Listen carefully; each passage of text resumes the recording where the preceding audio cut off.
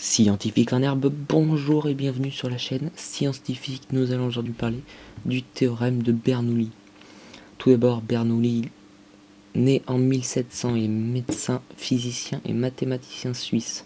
Ses plus grandes découvertes se trouvent dans son ouvrage Hydrodynamica, publié en 1738. Il décède à Bâle en 1782, à l'âge de 82 ans. Donc tout d'abord le théorème de Bernoulli qui explique qu'une accélération d'un fluide se produit avec la diminution de la pression. C'est-à-dire que plus un fluide accélère fortement, plus sa pression diminuera. Dans la vie courante, le théorème de Bernoulli se retrouve lorsqu'un avion vole ou décolle, lorsque le sang circule dans nos veines. Comme nous le voyons, les avions ont les ailes courbées. L'air doit avoir le même débit à l'avant qu'à l'arrière de l'aile, donc l'air qui passe au-dessus doit accélérer, et d'après le théorème de Bernoulli, l'air qui passe en dessus a donc une pression plus faible que l'air qui passe en dessous. Ceci crée une dépression et l'avion est aspiré vers le haut. Ce phénomène est appelé portance.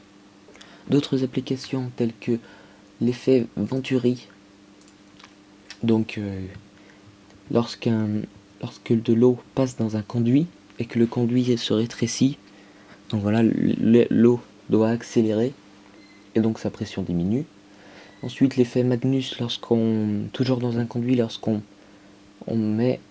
interrompt